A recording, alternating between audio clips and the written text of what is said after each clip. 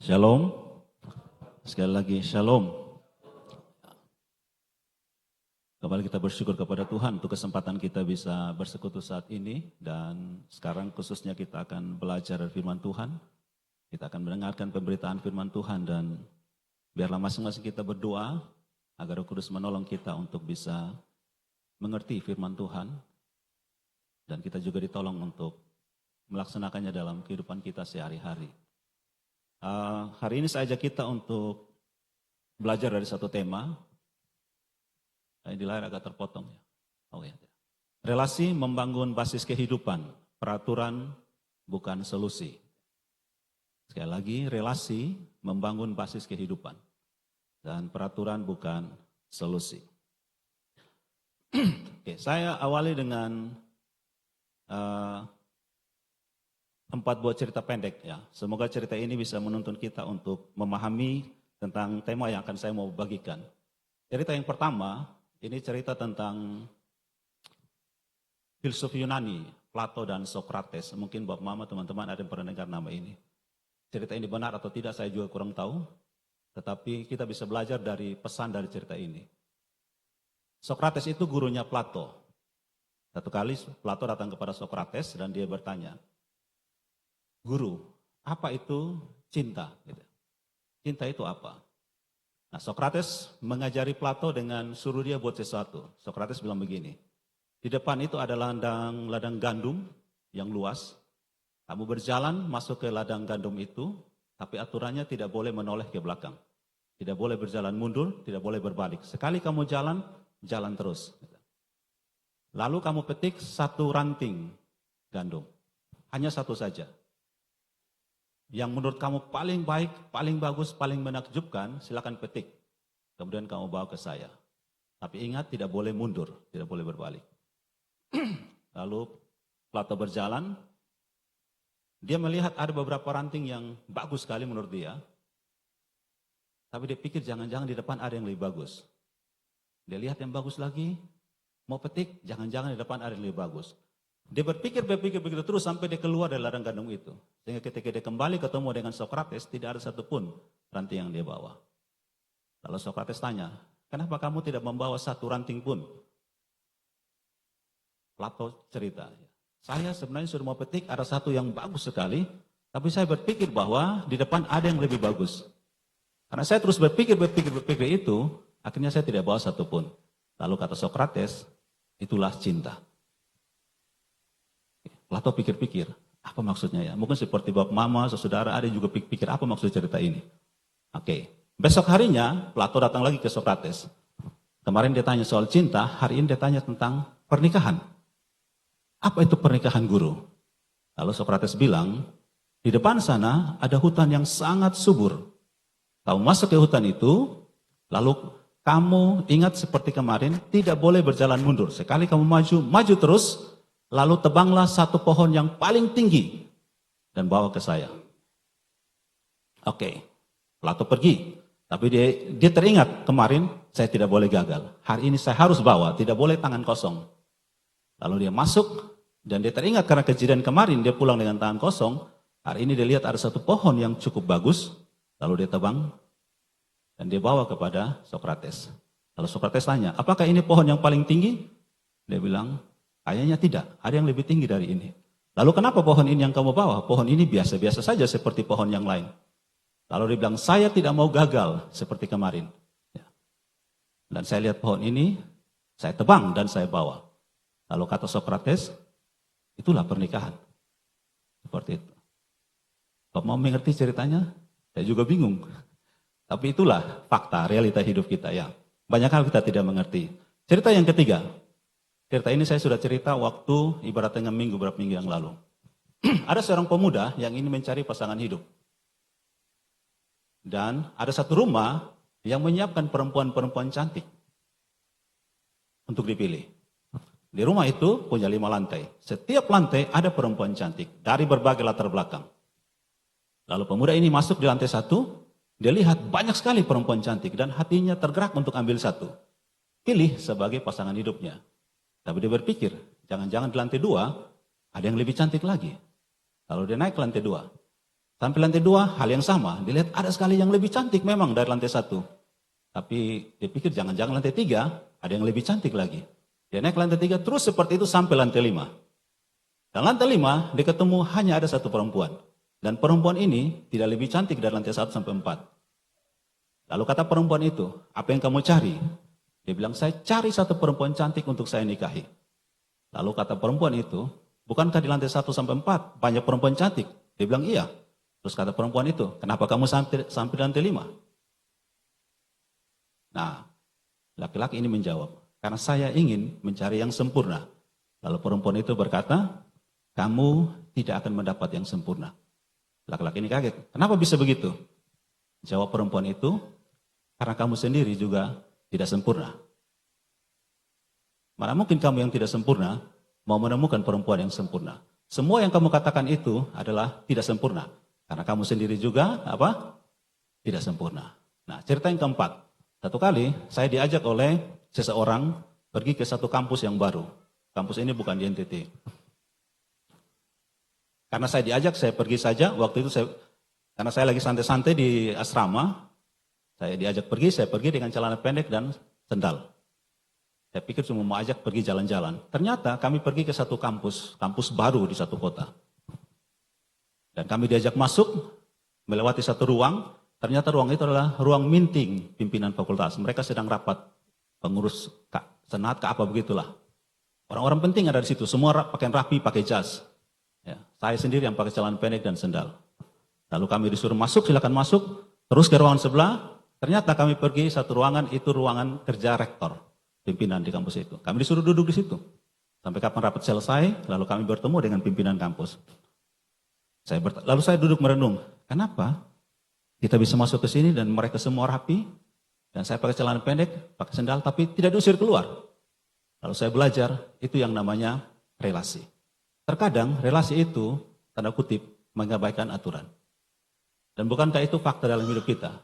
Orang mau cari kerja, orang mau cari apapun, yang penting kamu punya koneksi. Istilah sekarang bilang apa?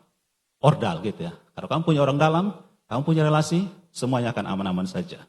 Nah, tapi ini tidak berarti bahwa kita mengabaikan begitu saja aturan gitu. Semua ada aturannya, tetapi ada juga relasi di situ. Nah, cerita yang saya sampaikan tadi, Bapak Mama Saudara, inti dari cerita itu bicara soal relasi.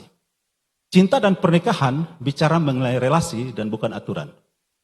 Saya yakin Bapak Mama semua yang sudah menikah, tahu betul kalau kita sudah menikah, suami istri, bicara hanya soal aturan, tiap hari kita akan berkelahi. Tetapi relasi itu bisa meredam aturan itu. Nah, bicara tentang kasih dan bukan ketakutan. Pernikahan, cinta, bicara tentang kasih dan bukan ketakutan. Kalau kita mengajari anak kecil, mungkin kita ajar mereka tentang kasih, mungkin kita hanya sebatas mengajar mereka tentang sesuatu yang sebenarnya kita tahu itu sebuah ketakutan, bukan kasih. Tapi orang dewasa mengerti, kasih tidak sama dengan ketakutan. Orang kalau bekerja dan membangun relasi karena ketakutan, ada banyak kemunafikan di situ. Ada banyak hipokrisi. Tetapi kasih itu mengandung ketulusan, apa adanya. Nah, saya ajak kita membaca Keluaran 20 ayat 1 sampai 3. Keluaran pasal 20 ayat 1 sampai 3. Begini kata firman Tuhan yang ada dalam Keluaran 20 ayat 1 sampai 3. Lalu Allah mengucapkan segala firman ini. Akulah Tuhan Allahmu yang membawa engkau keluar dari tanah Mesir, dari tempat perbudakan. Jangan ada padamu Allah lain di hadapanku. Jangan ada padamu ilah lain di hadapanku. Amin. Amin. Demikian firman Tuhan. Nah, saya ajak kita melihat beberapa catatan konteks dari bacaan ini. Jauh sebelum firman Tuhan ini Allah sampaikan kepada Musa dan bangsa Israel. Kita tahu bagaimana ceritanya Israel bisa sampai ke Mesir karena terjadi kelaparan yang hebat di tanah Kanaan. Lalu saya potong-potong ceritanya karena ceritanya panjang. Lalu Yakub dan keluarga berangkat ke tanah Mesir. Mereka saat itu cuma 70 jiwa. Hanya keluarga Yakub saja. Yusuf sudah ada di Mesir. Gitu ya. Sekian tahun kemudian setelah Yusuf meninggal, jauh setelah Yusuf meninggal, bangkitlah seorang Firaun, seorang raja Mesir yang tidak kenal Yusuf. Dan dia mulai menindas Israel dengan begitu keras. 400 lebih tahun, ada ayat yang mengatakan 400 tahun, ada yang mengatakan 430 tahun. Israel ditindas sekian generasi demi generasi, demi generasi, demi generasi, habis dalam masa perbudakan. Sehingga yang tersisa adalah bangsa yang mentalnya mental budak. Apa bukti mereka punya mental budak? Ketika mereka sudah dilepaskan, mereka berjalan menuju tanah Kanaan, tanah perjanjian, di padang gurun pun mereka minta kembali ke Mesir. Walaupun diperbudak tidak apa-apa, yang penting kami dapat makan dan minum. Itu mental budak. Tidak apa-apa kalau saya menjilat sana, menjilat sini, yang penting saya dapat kedudukan, saya dapat kerja, tidak apa-apa. Apapun dilakukan tidak apa-apalah, yang penting saya dapat sesuatu. Nah, lalu Tuhan memakai Musa bebaskan bangsa Israel. Menurut Keluaran 12 ayat 37, jumlah orang Israel yang keluar dari tanah Mesir ada 600.000 laki-laki. 600.000 laki-laki di luar perempuan dan anak-anak. Mereka datang ke Mesir hanya 70 jiwa, 70 orang keluar, 600.000 laki-laki di luar perempuan dan anak-anak. Ada ahli-ahli kitab yang mengatakan jumlah itu kira-kira 2-3 juta orang. Bayangkan satu orang Musa memimpin 2-3 juta manusia. Berjalan kaki. Dan tentunya berjalan tidak bisa cepat karena bawa segala macam hewan, jalannya merangka-rangka. Sangat seru, sangat menyenangkan, sangat menjengkelkan. Sampai-sampai Musa pun bisa marah gitu ya. Kata Tuhan, Musa orang yang sangat lembut hati pun sampai bisa marah. Karena memimpin 2-3 juta manusia. Luar biasa itu. Berjalan kaki, pindah setempat dengan segala macam tantangan. Tidak ada makan minum, panas, hujan, segala macam. Tapi mereka harus terus berjalan masuk tanah Kanaan. Nah, dan Israel akhirnya keluar dari tanah Mesir setelah melewati 10 tulah. Tulah terakhir adalah kematian anak-anak sulung. Mulai dari manusia sampai hewan. Nah, Bapak Mama dan Saudara, kalau kita melihat kitab Keluaran ini, tadi kita baca di kitab Keluaran itu dia terbagi, dia ada 40 pasal. Secara umum kita bisa membagi kitab Keluaran dalam 2 bagian. 20 pasal pertama, 20 pasal kedua. 20 pasal pertama, yaitu pasal 1 sampai pasal 20, berbicara tentang percaya kepada Tuhan. Semua peristiwa, kalau Bapak Mama bisa mungkin pulang atau ambil waktu baca secara khusus, mempelajari, pasal 1 sampai pasal 20 dari kitab Keluaran itu intinya adalah percaya kepada Tuhan. Percaya total kepada Tuhan. Apapun yang Tuhan lakukan itu baik, percaya saja. Nah, sampai yang tadi kita baca Keluaran 20, itu di mana Tuhan memberikan firman-Nya, 10 firman kepada bangsa Israel melalui Musa. Sedangkan pasal 21 sampai pasal 40, inti dari pasal 21 sampai pasal 40 itu adalah taat kepada Tuhan. Jadi percaya dan taat. Gitu ya. Nah, di dalam Keluaran 34 ayat 28, Keluaran 34 ayat 28, ini Musa berbicara lagi mengisahkan tentang 10 hukum ya, 10 firman Tuhan yang disampaikan. Keluaran 34 ayat 28, dan Musa ada di sana bersama-sama dengan Tuhan 40 hari 40 malam lamanya, tidak makan roti dan tidak minum air, dan ia menuliskan pada loh itu segala perkataan perjanjian, yakni ke-10 firman. Kenapa saya ajak Bapak Mama Saudara membaca ayat ini, Keluaran 34 ayat 28? Karena begini, ada yang mengatakan bahwa 2 loh batu itu isinya 10 hukum, ada yang menyebut 10 perintah, ada yang menyebut 10 aturan, tapi sebenarnya kalau lihat dari konteks Alkitab menyebutkan 10 firman. Dan isinya adalah perjanjian. Kalau sekarang saya tanya kepada Bapak Mama Saudara, Bapak Mama pasti pernah mungkin nonton film The Ten Commandments, ya 10 perintah, 10 hukum itu, 10 aturan. Atau pernah lihat gambar Musa memeluk 2 loh batu. Kalau saya tanya, kenapa 2 loh batu? Karena memang perintah Tuhan ditulis di 2 loh batu. Tapi isi 2 loh batu itu sebenarnya apa? Apa isinya? Ya tentunya apa yang Tuhan katakan. Tetapi bagaimana kedua loh batu itu ditulis?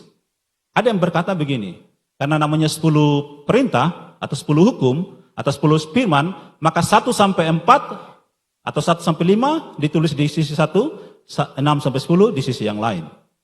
Nah, sebenarnya tidak seperti itu. Sekali lagi, kenapa saya ajak kita baca Keluaran 34 ayat 28? Karena menulis begini, di bagian bawah kalau Bapak Mama lihat, di bagian bawah itu disebut perkataan perjanjian. Itu adalah perjanjian. Kalau Bapak Mama mungkin yang sudah biasa buat perjanjian, di tempat kerja, dengan notaris, dengan apapun lah, Bapak buat perjanjian, pasti perjanjian itu ditulis berapa rangkap? Minimal 2 rangkap. Kenapa 2 rangkap?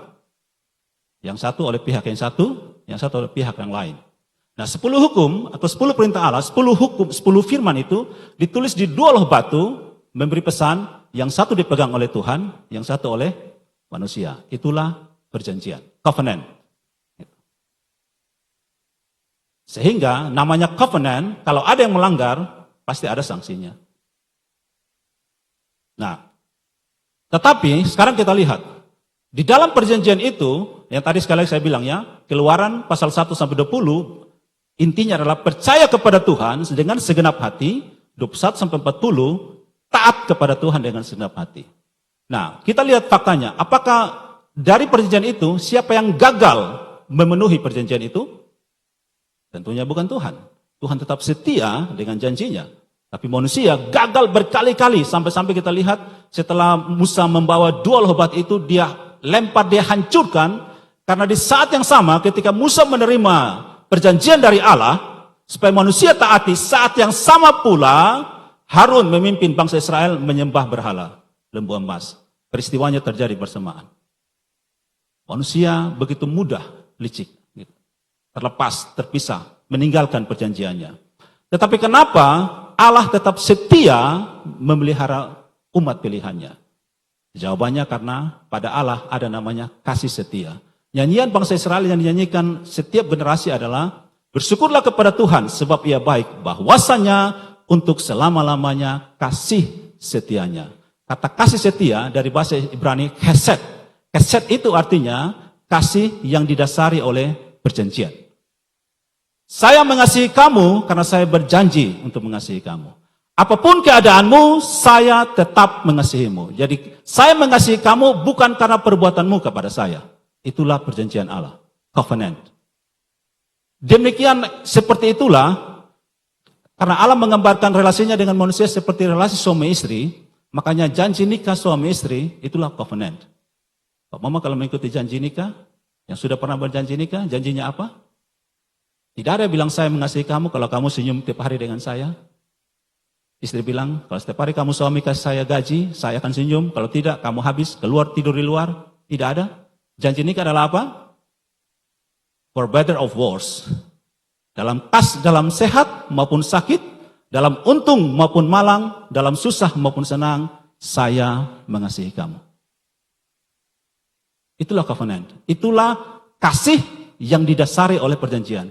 Sehingga ketika orang bercerai, membuktikan bahwa dia tidak setia kepada janjinya. Bukan karena pasangannya menyakiti dia, bukan. Tapi karena dia tidak setia kepada janjinya.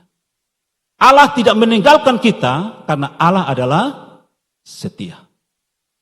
Dia setia kepada janjinya.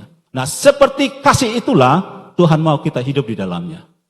Dan dia telah menunjukkan kasih setianya. Saya ajak kita mundur satu pasal dari pasal 19. Saya akan baca secara cepat beberapa ayat, 5 ayat dari pasal 19 untuk mengantar kita lebih memahami tentang tema yang tadi saya sampaikan. Relasi membangun basis kehidupan, aturan bukan solusi. Keluaran pasal 19 ayat 4, 5, 6, 9 sampai 13. Ayat 4 berkata begini, Keluaran 19. Kamu sendiri telah melihat apa yang kulakukan kepada orang Mesir dan bagaimana aku telah mendukung kamu di atas sayap Raja Wali dan membawa kamu kepadaku. Jadi sekarang, jika kamu sungguh-sungguh mendengarkan firman-Ku dan berpegang pada perjanjian-Ku, maka kamu akan menjadi harta kesayangan-Ku sendiri dari antara segala bangsa, sebab akulah yang mempunyai seluruh bumi. Kamu akan menjadi bagiku kerajaan imam dan bangsa yang kudus. Inilah semuanya firman yang harus kau katakan kepada orang Israel. Beginilah firman Tuhan, berfirmanlah Tuhan kepada Musa. Sesungguhnya aku akan datang kepadamu dalam awan yang tebal, dengan maksud supaya dapat didengar oleh bangsa itu apabila aku berbicara dengan engkau, dan juga supaya mereka senantiasa percaya kepadamu. Lalu Musa memberitahukan perkataan bangsa itu kepada Tuhan. Berfirmanlah Tuhan kepada Musa, ayat 10. Pergilah kepada bangsa itu, suruhlah mereka menguduskan diri pada hari ini dan besok, dan mereka harus mencuci pakaiannya.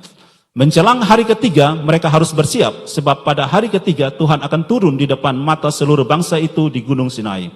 Sebab itu haruslah engkau memasang batas bagi bangsa itu, berkeliling sambil berkata, jagalah baik-baik, jangan kamu mendaki gunung itu atau kena kepada kakinya. Sebab siapapun yang kena kepada gunung itu, pastilah ia dihukum mati. Ayat 13. Tangan seorang pun tidak boleh merabanya, sebab pastilah ia dilempari dengan batu atau dipanahi sampai mati. Baik binatang, baik manusia, ia tidak akan dibiarkan hidup. Hanya apabila sangkakala berbunyi panjang, barulah mereka boleh mendaki gunung itu. Inti dari sekian ayat yang saya ajak Bapak semua baca ini adalah, Allah itu kudus. Tidak terhampiri, tidak boleh sembarang orang datang. Musa yang datang pun karena Allah yang suruh dia naik. Dan umatnya adalah umat yang kudus. Makanya Tuhan bilang, sebelum kamu bertemu dengan saya, 3 hari kuduskan dirimu. Tidak main-main. Ada jarak antara Allah dan manusia.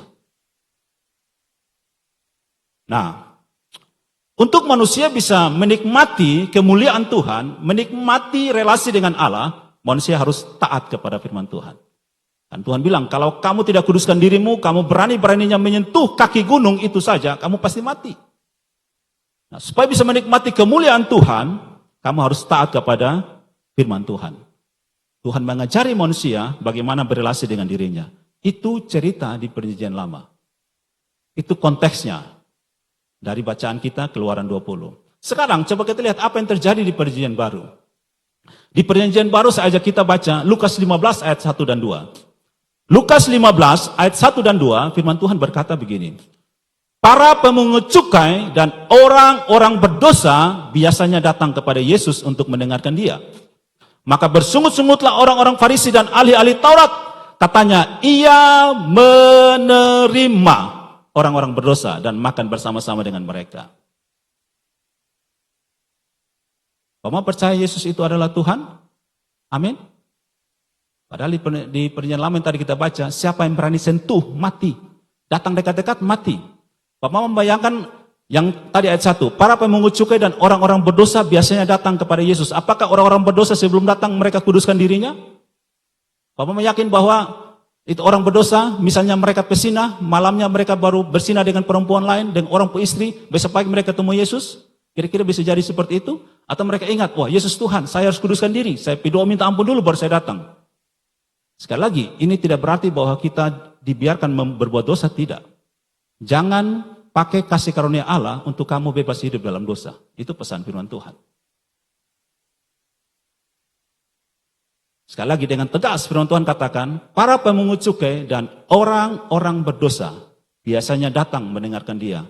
Justru orang Farisi yang memegang teguh hukum Taurat, memegang teguh aturan-aturan hukum Musa, mereka bilang begini, kasihan itu Yesus. Katanya nabi, katanya orang benar, katanya guru, tapi menerima orang-orang berdosa. Kata menerima itu dari bahasa Yunani. Di dalam kata ia menerima, bahasa Yunani untuk kata menerima adalah prosdekomahe. Prosdekomahe itu artinya gini, menerima, menyambut, menantikan dengan segala harapan dan antusias kapan orang-orang itu datang. Yesus menanti Bapak Mama dan kita semua. Bukan hanya duduk menanti santai-santai, tidak. Dengan antusias. Bapak Mama tahu arti antusias? Antusias itu seperti apa ya? Tidak bisa tenang, tidak bisa tunggu gitu. Kapan mereka datang? Kapan orang berdosa datang? Ada satu lagu hymn yang terkenal, sungguh lembut Tuhan Yesus memanggil. Hai mari datanglah. Kau yang berdosa, kau yang lelah, mari datanglah. Yesus menanti kita untuk datang. Jangan tunggu kapan kamu bilang, Tuhan saya masih berdosa, saya tidak layak Tuhan. Saya belum minta ampun, saya belum ini, saya belum itu. Dalam sebuah relasi, ingat Bapak semua, relasi itu, tanda kutip, dia menghancurkan aturan. Itu kekuatan sebuah relasi. Dan Allah datang untuk membangun relasi dengan kita. Seolah-olah dia bilang, tak usah kamu peduli kamu punya dosa segala macam. Dosamu tidak bisa kamu selesaikan. Saya yang justru menyelesaikan dosamu. Bagian kamu cuma satu, percaya bahwa dosamu sudah saya ampuni. Bahwa upah dosa yang adalah maut yang harus kamu terima, saya sudah tanggung. Selesai. Percaya itu saja, datang kepada saya tidak menolakmu. Justru ahli Taurat dan orang Farisi yang berusaha menghalang-halangi orang berdosa datang kepada Yesus. Makanya Yesus bilang kepada ahli Taurat dan orang Farisi, kamu sendiri tidak masuk kerajaan Allah, tapi kamu justru menghalangi orang-orang untuk masuk kerajaan Allah. Dengan segala macam aturan-aturan yang kamu buat sendiri, kamu menghalangi orang datang masuk kerajaan Allah. Kamu orang munafik, kamu keturunan ular budak. Bapamu iblis, bukan Allah Bapa di sorga. Itu kata Yesus kepada mereka.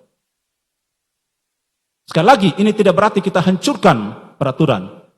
Lalu misalnya kita bilang, oke, besok Sabtu, habis doa puasa, malam kita berbuat dosa, besok pagi kita datang ke gereja. Bukan, ajarannya bukan itu. Tapi kita mau buat aturan sampai seketat apapun, sedetil apapun, tidak membuat kita benar di hadapan Allah. Karena orang benar hidup oleh iman kepada Yesus Kristus. Di dalam Kristus, Allah menyatakan perjanjian baru. Lukas 22 ayat 20, ayat yang sering kita renungkan, sering kita bacakan, sering kita ucapkan kalau kita mau perjamuan kudus. Lukas 22 ayat 20 dari kitab Lukas. Kata Yesus, cawan ini adalah perjanjian baru oleh darahku yang ditumpahkan bagi kamu. Yesus memulai perjanjian baru. Bapak-bapak semua, bapak-bapak tentu tahu Alkitab kita adalah perjanjian lama dan perjanjian baru. Perjanjian lama seperti tadi, kan Allah berjanji kepada manusia. Lalu kenapa muncul perjanjian baru? Siapa yang buat perjanjian itu? Perjanjian baru dasarnya adalah ini. Yesus katakan, aku membuat perjanjian baru antara engkau dengan aku. Dan justru perjanjian baru ini sudah muncul di dalam perjanjian lama di kitab Yeremia. Dalam kitab Yeremia, Tuhan sudah berkata bahwa dia akan membuat perjanjian baru dengan orang Israel. Kalau perjanjian lama tertulis di loh batu yang mati, perjanjian lama ditulis di situ, perjanjian baru ditulis di hati manusia. Di pikiran dan hati manusia. Nah, jikalau Yesus telah menerima kita sedemikian, apapun adanya kita orang berdosa dia terima, bahkan dalam Roma pasal 5 dikatakan begini. Mungkin ada orang yang mau mati untuk orang baik, tetapi tidak ada orang yang mau mati untuk orang benar. Tapi Yesus mati bagi orang jahat. Dia mati bagi kita orang berdosa. Kalau dia sudah menerima kita apa adanya, Yakobus 2 ayat 1 sampai 9 nasihatnya begini. Yakobus 2 ayat 1 sampai 9. Jangan kamu memandang-mandang muka. Jangan kamu membanding-bandingkan. Kalau ada orang kaya yang datang di kamu punya perkumpulan, kamu suruh dia datang duduk paling depan. Kalau kamu lihat ada orang miskin, badannya bau, kamu suruh dia duduk paling belakang, bahkan duduk di lantai. Kamu mulai menghitung-hitung ukur-ukur orang dengan status sosialmu, status pendidikanmu. Kamu katakan dia tidak selevel dengan saya, dia tidak sefrekuensi dengan saya. Kamu orang bodoh. Kita mulai menghina orang karena sukunya, karena wajahnya, karena kulitnya, karena rambutnya keriting, tidak sama seperti kita. Apa dasarnya kita membanding-banding seperti itu? Tidak ada dasarnya.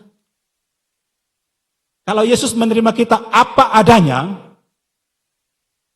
semua aturan yang harus membuat kita kudus untuk berhadapan dengan Allah, di dalam Kristus semua itu diabaikan. Datang, orang berdosa tiap hari datang untuk mendengarkan Yesus. Sekali lagi, ini tidak berpesan bahwa kita hancurkan semua aturan, tidak. Jangan kita terbalik. Ya. Bapak perhatikan baik-baik. Di dalam Keluaran 20 yang tadi kita baca, ayat 1, 2, dan 3, aturan, perintah atau firman Allah yang dimulai dengan jangan ada padamu Allah lain di hadapanku, atau jangan ada padamu ilah lain di hadapanku, itu dimulai setelah statement pembukaan dari kata Tuhan ini. Ya, kalau kita punya undang-undang dasar ada preambul, ada pembukaannya. Pembukaan dari 10 firman adalah begini. Akulah Tuhan Allahmu yang telah membawa engkau keluar dari tanah Mesir, tanah perbudakan. Akulah Tuhan Allahmu. Allah memulai dengan pernyataan relasi, aku Tuhan, kamu umatku yang aku bebaskan, baru muncul firmannya, aturannya. Jangan ada padamu ilah lain di hadapan. Saya mau kasih contoh begini. Pak Mama misalnya tidak punya rekening di satu bank. Bisa ini, contoh Helena ya. Tidak punya rekening di BCA. Lalu besok Helena pergi, tarik uang di BCA. Kira-kira yang keluar apa? Bukan uang yang keluar, Helena disuruh keluar dari bank. Betul ya? Karena tidak punya setoran. Peraturan perbankan, setor baru tarik. Jangan tarik kalau kamu tidak setor. Setor artinya ini, membangun relasi dulu, baru buat aturan. Kalau kamu tidak punya relasi, kamu buat aturan, kamu akan dibenci oleh orang. Kalau tidak punya relasi. Misalnya di sini, ada yang belum menikah, lalu pulang gereja sini, jalan-jalan ke KFC, mau pesan makan di KFC, mungkin satu nyong ya, belum menikah, lihat satu nona cantik, manis, dia tertarik, lalu dia ketemu itu nona lagi antri di depan, apa tuh? Di depan pesanan, meja pesanan, lalu dia bisik di nona itu. Mari, kotong menikah yuk. Kira-kira itu nona bilang apa? Lu gila. Kenapa dia bilang lu gila? Karena belum ada relasi bagaimana mau menikah. Bangun relasi dulu. Orang tua, dia tahu dia anak butuh uang, butuh jajan, butuh HP, butuh motor, butuh mobil, butuh sekolah. Dia kasih semua itu, lalu setiap hari dia perintah itu anak. Kira-kira itu anak taat atau tidak? Sangat mungkin taat. Kenapa? Karena hadiah. Bukan karena dia menghormati orang tuanya. Jadi ketika nanti orang tua tidak berikan apa-apa kepada anak itu, dia akan tinggalkan orang tuanya. Apalagi kalau orang tua tidak kasih apa-apa, lalu orang tuanya mulai atur. Ingat ya, kamu keluar jam sekian, pulang jam sekian, harus buat ini. Anak itu tidak akan taat. Orang tua pastikan kepada anak-anakmu bahwa kamu sudah membangun relasi dengan dia. Baru atur dia. Baru mulai larang sana, larang sini. Supaya semua aturan dan larangan itu adalah dibangun atas dasar relasi. Kembali ke tema tadi dikatakan, aturan bukan solusi. Bahkan ada orang pakai buat plesetan begini. Aturan dibuat untuk apa? Untuk dilanggar. Kenapa aturan dibuat untuk dilanggar? Karena basisnya bukan relasi. Hanya jerah, buat supaya dia jerah, buat supaya dia tahu dan dia tidak buat lagi. Tidak akan bisa. Kita mau buat aturan berapa banyak pun tetap dilanggar. Orang Farisi dan ahli Taurat bikin aturan ratusan, semuanya dilanggar. Malahan Yesus bilang begini, aturan hari Sabat untuk manusia, bukan manusia untuk hari Sabat. Dan aku Tuhan atas hari Sabat. Gitu. Jadi Bapak Mama semua saudara ingat prinsip itu. Bangunlah relasi dengan anak-anakmu. Suami istri bangun relasi. Anak-anak bersaudara bangun relasi. Di persekutuan kita, di gereja kita bangun relasi. Kalau orang sudah punya relasi, hati nuraninya akan ajar dia apa yang harus dilakukan. Dengan sendirinya dia akan taat. Dia taat karena relasi. Karena menghormati, bukan karena aturan. Aturan itu dibuat untuk relasi makin dekat. Tuhan setelah dikatakan, aku Tuhan, kamu umatku. Karena aku Tuhan, kamu umatku, aku bebaskan kamu dari tanah perbudakan di Mesir yang 400 tahun lebih. Saya bebaskan tanpa kamu berperang. Saya yang berperang. Nah, baru Tuhan bilang begini, jangan ada padamu ilah lain di hadapanku. Karena aku Tuhanmu. Jadi aturan itu justru untuk merekatkan relasi. Bukan untuk membuat orang jengkel dan tidak rasa bebas, bukan. Tanpa menaati firman, kita akan sulit untuk menikmati relasi. Saya masuk kepada penerapan dalam sehari-hari Bapak Mama Saudara tentang hal ini. Mari kita baca Amsal 27 ayat 17. Amsal pasal 27 ayat yang ke-17.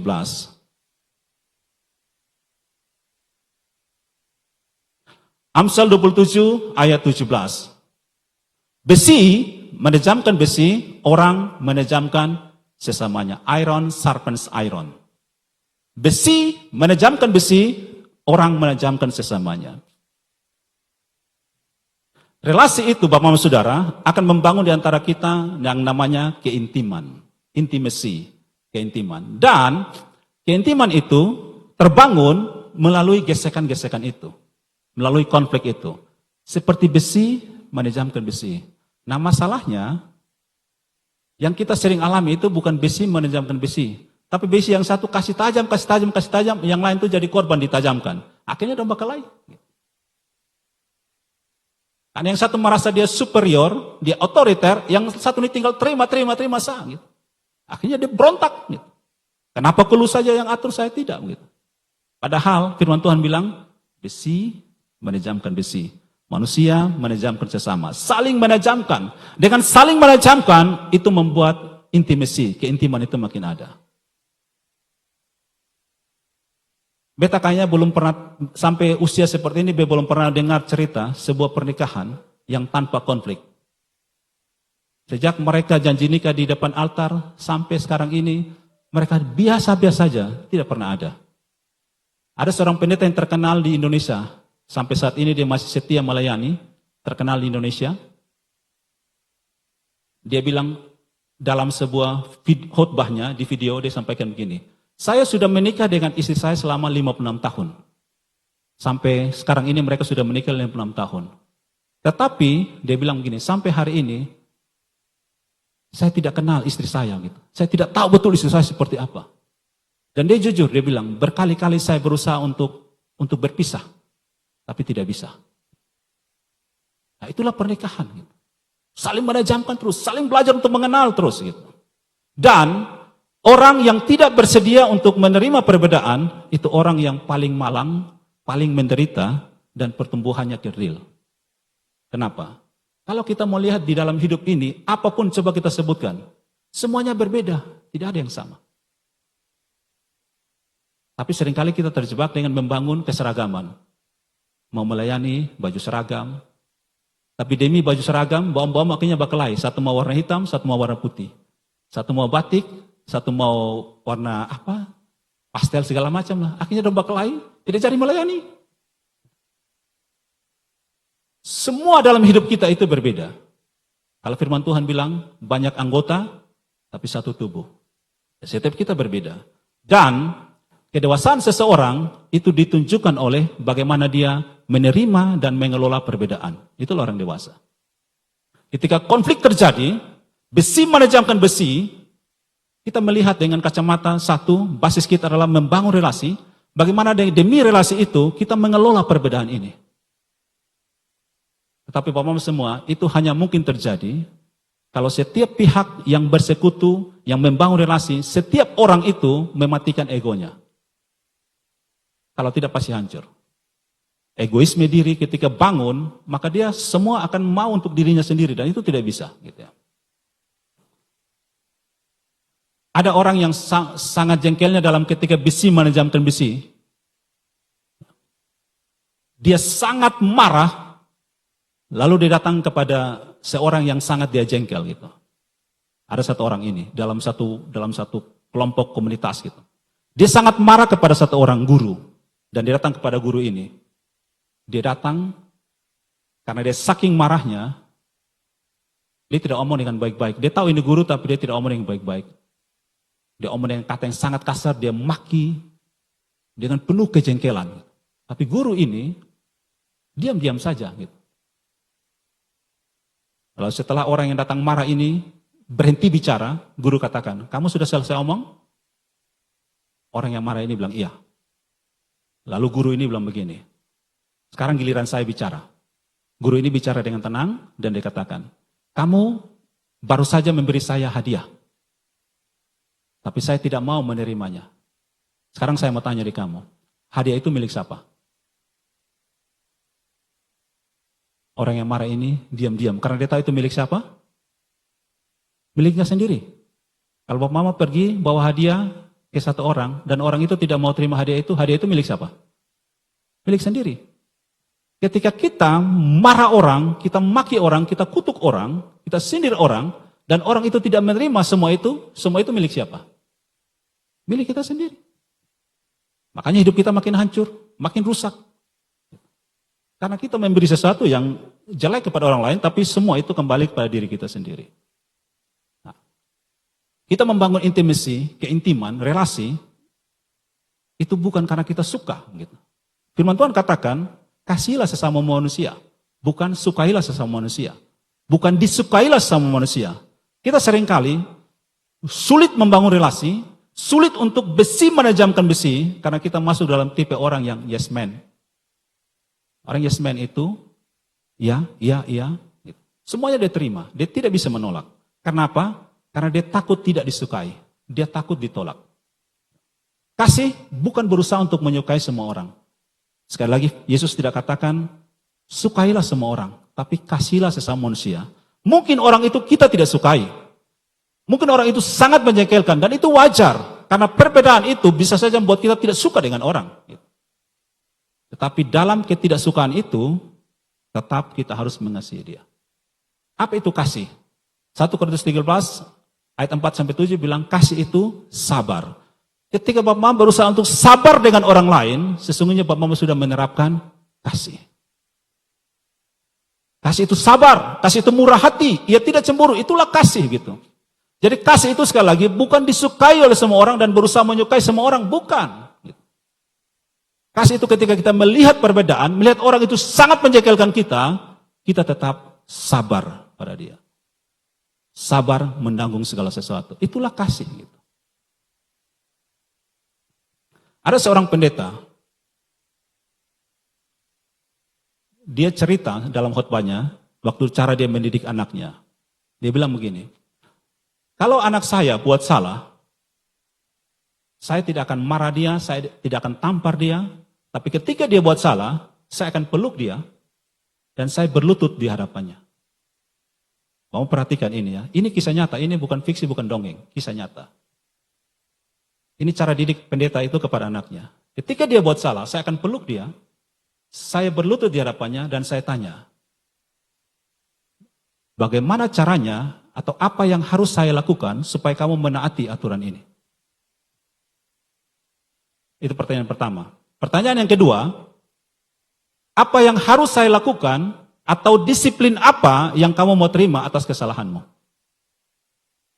Lalu mereka buat perjanjian dan anak itu belajar taati kesepakatan mereka. Dan anak pendeta ini sekarang sudah menjadi pendeta di luar negeri. Itu cara dia Bapak didik. Jadi ketika dia memberikan disiplin atau orang lain sebut sebagai hukuman, itu dasarnya relasi. Sehingga ketika setelah anak itu belajar cara berdisiplin seperti itu, ketika dia jauh dari dia punya bapa, dia tetap tidak berbuat kesalahan lagi, berusaha untuk tidak buat kesalahan, bukan karena dia takut dengan bapa hukum, tapi karena dia hormati dia punya bapa. Nah kalau kita bilang apa? Berhitung sampai 3 ya, lu masih coba lu habis. Sehingga anak itu, kenapa tidak mau buat kesalahan? Karena takut hitungan ketiga. Takut bapak pegang kayu, lalu bapak toki. Ini apa? Kayu. Mau apa kayu? Nah. Jadi anak itu menjadi hidup karena ketakutan, hidup munafik. Tidak jujur. Dia berusaha bikin kesalahan di belakang orang tuanya. Tapi kalau kita didik dengan relasi, orang itu tidak akan lakukan kesalahan meskipun di belakang kita. Karena dia hormati kita. Seperti itulah Tuhan ajar kita. Punya relasi dengan dia. Sehingga kita mau jujur dengan Tuhan dimanapun. Bapak ini juga, pendeta ini ajar dia anak. Kalau kamu ke sekolah, karena di sekolah kamu itu, tempat drop off, itu kan rame, tempat orang turun, itu rame. Sehingga kadang-kadang motor itu lari sembarang saja. Kalau buka pintu mobil, hati-hati. Lihat dulu kendaraan di belakang. Nah anak ini mungkin karena buru-buru, dia setelah sopirnya berhenti rem, dia langsung buka pintu, dia jalan. Ketika buka pintu jalan, motor tabrak dari belakang, hantam itu pintu mobil. Sopirnya kasih tahu ini pendeta. Pendetanya setelah pulang, cari dia anak dan tanya. Dia anak bikin biasa-biasa aja begitu. Lalu dia panggil anak, pendeta ini tanya, anak ini juga ya mungkin rasa takut tapi tidak takut seperti mau dipukul, karena bapak tidak pernah pukul dia, cara didiknya berbeda. Lalu dia tanya, tadi kejadian di sekolah seperti apa? Gitu. Dan anak ini cerita. Gitu. Lalu bapaknya cuma bilang begini, tapi kamu tidak apa-apa kan? Iya tidak apa-apa, oke lah kalau itu sudah, tidak apa-apa sudah. Gitu. Tapi coba kalau kita, anak kasih jatuh HP, siapa yang kena pukul? HP ku itu anak. Itu anak. Akhirnya anak itu belajar apa? Bagi mama, bagi papa, HP lebih berharga dari saya. Materi lebih berharga dari relasi. Itu cara didik kita yang salah. Materi posisinya harus di bawah relasi. Ketika kita mau disiplin seseorang, kita mau didik dia, basisnya relasi. Karena itu yang Allah ajar kepada kita. Aku Tuhanmu sudah melepaskan kamu dari tanah perbudakan. Karena itu, karena aku Tuhanmu, aku sudah bangun relasi denganmu, taatilah firman ini. Jangan ada padamu ilah lain di hadapanku. Yang berikut, 1 Petrus 3 ayat 1-2. Kita baca firman Tuhan ini. 1 Petrus 3 ayat 1 dan 2, firman Tuhan berkata begini. Demikian juga kamu, hai istri-istri, tunduklah kepada suamimu, supaya jika ada di antara mereka yang tidak taat kepada firman, mereka juga tanpa perkataan dimenangkan oleh kelakuan istrinya jika mereka melihat bagaimana murni dan salehnya hidup istri mereka itu. Firman Tuhan ini bicara seperti tentang seolah hanya kepada istri. Tapi kita bisa tafsirkan, bisa artikan kepada suami juga. Gitu ya. Kalau dalam konteks ini, kalau seorang istri menikah dengan suami yang tidak takut Tuhan, mungkin dia Kristen tapi dia tidak takut Tuhan. Atau mungkin dia bukan Kristen, dia tidak peduli pada firman Tuhan. Tapi nasihat firman Tuhan ini, jangan ceraikan suamimu. Hiduplah dengan saleh, murni, dan takut akan Tuhan. Supaya melalui hidupmu yang seperti itu, suamimu bisa dimenangkan. Nah, kita perhatikan kata-kata ini ya. Di dalam ayat 2, ayat 1 dan 2 tadi dikatakan begini. Mereka juga, supaya jika ada di antara mereka yang tidak taat kepada firman, ada kata firman, mereka juga tanpa perkataan. Kata firman dan kata perkataan itu diterjemahkan dari kata yang sama, logos. Jadi kita bisa artikan begini. Supaya mereka yang tidak taat kepada firman, tanpa firman, mereka bisa dimenangkan. Maksudnya adalah begini. Mungkin karena suami itu begitu keras dan tidak takut Tuhan, istrinya jadi takut. Mau nasihat tidak bisa, takut dapat tempeleng, segala macam. Walaupun istri itu tidak bicara apapun, dari perbuatan yang terlihat, suami itu akan bisa dimenangkan. Taat saja pada Tuhan. Hidup saleh di hadapan Tuhan. Tak usah banyak bicara, walaupun seringkali perempuan itu lebih banyak bicara daripada yang laki-laki. Katanya begitu. Satu kali satu pendeta, dia dengan istrinya pergi makan di warung. Di samping meja mereka, ada satu laki-laki dan perempuan lagi makan. Lalu pendeta ini bilang kepada istrinya, "Ma, mereka dua itu masih pacaran." Lalu istri pendeta bilang, "Papa tahu dari mana masih pacaran?" Ya, karena yang paling banyak omong itu laki-laki. Pasti lagi masih pacaran. Kalau sudah menikah, yang banyak omong siapa? Perempuan. Mama setuju kah? Amin. Ya, itu kata pendeta itu. Gitu. Ya, faktanya kita yang tahu gitu. Bagi yang mengerti saja ya. Oke. Nah, kata kelakuan, jadi 1 Petrus 3 ayat 1 dan 2 bilang begini, walaupun tanpa perkataan, tanpa mungkin itu perempuan, istri tidak bisa omong firman Tuhan dengan suaminya karena dia baru omong satu kata, bacalah Lukas sekian langsung ditempeleng, dia tidak berani omong. Jadi nasihatnya, dengan kelakuanmu, kamu bisa menangkan dia. Kata kelakuan dari bahasa Yunaninya anastrofe. Anastrofe itu mencerminkan perbuatan kita sehari-hari yang kita lakukan. Tanpa bicara, lakukan saja. Ketaatan, maka itu akan memenangkan suamimu. Demikian juga mungkin terjadi sebaliknya. Istri yang tidak takut akan Tuhan, tapi suami yang hidup dalam Tuhan. Mungkin tidak bisa banyak bicara, apalagi kalau menikah ya perempuan mungkin istri banyak bicara. Suami diam saja, tunjukkan dengan perbuatanmu. Ada waktunya istrimu dimenangkan bagi Kristus. Sekitar 11 atau 12 tahun lalu, 11-12 tahun lalu, saya pernah duduk bercerita dengan sepasang suami istri. Mereka cerita bilang begini, suami istri yang bercerita dengan saya ini, dibilang gini, kami awal-awal pernikahan, mungkin tahun-tahun awal 4-5 tahun pernikahan, setelah mereka hidup bersama, mereka berpisah, bercerai. Suami pergi dengan perempuan lain, istri pergi dengan laki-laki lain. Entah itu berapa tahun lamanya, mungkin 5-6 tahun, tapi ketika saya ketemu dengan mereka, mereka sudah bersatu kembali. Bagaimana caranya? Saya juga tidak tahu. Apakah itu yang namanya cinta sejati? Mungkin saja. Artinya adalah ada waktu masa di mana konflik itu begitu tajam sehingga kita bisa berpisah. Kita bisa bersatu kembali gitu. Mungkin ada yang bagi lain, oh saya tidak bisa seperti itu, lu pergi dulu, jangan kembali. Lu kembali, lu habis. Ya terserahlah masing-masing orang punya cara menyelesaikan. Tapi firman Tuhan nasihati kita. Gitu. Untuk tetap setia. 20-an tahun yang lalu, tadi 11 tahun yang lalu, ini 20-an tahun yang lalu, sekali waktu saya hadiri sebuah pemberkatan nikah. Seorang pendeta, setelah dia berkati sepasang suami istri yang menikah, lalu dia kasih Alkitab. Dia serahkan Alkitab, kedua mempelai ini terima, lalu dinasihati, inilah firman Tuhan, baca firman Tuhan ini sehari-hari, supaya rumah tanggamu diberkati dan kamu tetap setia sampai akhir. Berapa tahun kemudian, saya mendengar kalau pendeta itu bercerai dengan istrinya. Apa yang alasannya? Saya juga tidak tahu, kalau saya tidak mau kepo-kepo. Tapi saya pikir-pikir, kok dia berkati pernikahan, berikan firman Tuhan, kenapa dia sendiri tidak bisa bertahan gitu? Ya, pasti ada alasannya.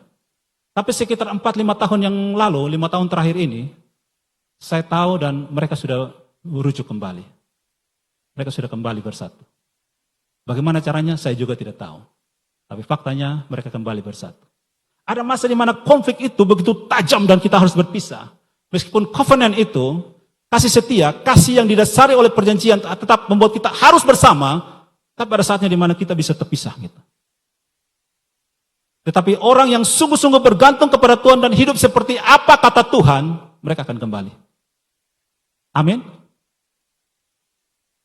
Itulah gambaran kasih Tuhan kepada manusia. Kalau kita baca Alkitab dari Kejadian sampai Wahyu, inti dari gambaran relasi Allah dengan manusia adalah seperti suami istri. Gambaran yang paling tajam adalah kisah Hosea. Kisah tentang Hosea, kalau Mama pasti pernah baca, ada filmnya, judulnya Amazing Grace. Hosea itu diperintahkan Tuhan menikahi seorang pelacur. Setelah sudah menikah, pelacur ini namanya Gomer, dia tinggalkan Hosea, dia pergi dari laki-laki lain sampai dapat anak. Tapi Tuhan perintahkan Hosea, ambil dia kembali. Hosea menggambarkan kasih Allah yang sejati, Gomer menggambarkan manusia, umat Tuhan yang suka bersinah. Dan kalau kita mau jujur, kita mungkin tidak bersinah secara fisik. Kita tetap setia dengan pasangan kita, tapi hati kita sudah bersinah di hadapan Tuhan. Mungkin seperti yang pertama, kata Yesus, kalau kamu laki-laki melihat seorang perempuan dan kamu inginkan secara birahi di dalam hatimu, kamu sudah bersinah. Atau kita bersinah secara rohani, meninggalkan Tuhan dan kita pergi ke ilah yang lain. Yang Tuhan sudah katakan, jangan ada padamu ilah lain di hadapanku, jangan membuat patung, jangan sujud menyembah. Apapun itu, di langit, di atas, di bumi, di bawah bumi, di bawah air, apapun, jangan. Gitu. Tapi kita lakukan karena tuntutan-tuntutan konteks keadaan kita. Tapi Tuhan bilang, ambil dia kembali. Dan itu yang Yesus datang dan lakukan. Dia datang, dia ambil kita. 1 Korintus 6 ayat 20 dibilang, hutang dosa kita sudah dipaku di kayu salib. Dia sudah tanggung semua. Seperti Tuhan bebaskan Israel dari Mesir tanpa peperangan yang Israel lakukan secara fisik. Mereka hanya taat ikuti perintah Tuhan saja. Demikian Yesus menangkan kita tanpa kontribusi apapun dari kita. Keselamatan kita terima secara gratis dalam iman di dalam nama Tuhan Yesus. Dia ambil kita. Nah kalau dia sudah ambil kita seperti itu, kenapa kita masih hitung-hitungan dengan orang lain? Ingat ya, beta senyum dengan lu kalau lu senyum dengan beta. Jangan coba-coba cemberut. Lu cemberut bisa selesaikan secara Kristen. Ya, syukur-syukur secara Kristen. Kalau secara non-Kristen, kita habis sudah begitu. Kasih, terapkan kasih tanpa syarat seperti yang Tuhan buat pada kita. Wahyu 21 ayat 3, Bapak-Bapak Saudara, ini bagian penutup untuk pemberitaan firman Tuhan sekarang ini. Wahyu 21 ayat 3, firman Tuhan berkata begini. Lalu aku mendengar suara yang nyaring dari tahta itu berkata, lihatlah, kemah Allah ada di tengah-tengah manusia dan ia akan diam bersama-sama dengan mereka. Mereka akan menjadi umatnya dan ia akan menjadi Allah mereka. Satu-satunya tujuan Allah sejak semula sampai sekarang adalah dia mau menjadi Allah kita dan kita menjadi umatnya. Dan itu didasari oleh kasih setia, kasih Allah yang didasari oleh perjanjian, sehingga apapun yang terjadi, dia tetap menerima kita. Nah, sekarang tinggal pilihan kita. Mau menerima kasih Allah atau tidak. Atau kita mau menyelesaikan dengan cara kita sendiri. Kita tahu Bapak-Bapak Saudara, semua agama di luar Kristen, semua ajaran di luar Alkitab mengajarkan satu hal. Usaha manusia untuk mencapai surga, apa yang manusia harus lakukan untuk mendapatkan perkenanan Allah. Apa yang harus manusia lakukan untuk bisa punya relasi dengan Allah. Itu ajaran di luar Alkitab firman Tuhan, di luar Kristus. Tapi ajaran dalam Kristus adalah justru sebaliknya. Usaha Allah untuk mendapatkan manusia kembali. Apa yang Tuhan lakukan untuk menerima kita kembali. Apa yang Tuhan lakukan untuk mendapatkan relasi dengan kita kembali dalam Kristus. Bahkan sampai mati pun dia lakukan itu. Untuk dapatkan kita kembali. Dia bangkit supaya kita bersama-sama dengan dia. Kenapa? Karena tujuan dia satu. Dia mau jadi Allah kita dan kita menjadi umatnya. Sekarang, apa masalah kekristenan? Masalah kekristenan itu Bapak-Bapak Saudara, jujur, bukan karena tidak tahu aturan. Kita semua sudah tahu aturan. Dari dalam rahim mama, kalau mama kita Kristen, kita sudah dengar firman Tuhan dari dalam perut, betul ya? Sampai sekarang, hari Minggu dengar, hari Senin, Selasa, Rabu, Kamis, Jumat, Sabtu, dengar firman Tuhan. Satu hari kita bisa dengar berkali-kali, kalau kita suka nonton video khotbah di YouTube, entah satu hari kita gereja berapa kali. Semua aturan kita sudah tahu. Mau sebut ayat Alkitab dari mana kita sudah hafal. Tapi kenapa kita tidak taat? Satu alasannya. Kita memilih untuk membenarkan kesalahan kita. Kenapa lu tampelin dia? Kalau bertanya ini di anak-anak, dia bilang begini, karena dia tampelin lebih dulu. Nah, membenarkan diri. Kenapa lu mencuri? Karena beta butuh, tidak ada uang. Kita suka membenarkan keadaan, membenarkan diri kita untuk melanggar firman Tuhan. Itu kita punya masalah. Yang kedua, masalah kita adalah hati kita begitu licik. Yeremia 17 katakan, hati manusia sangat licik.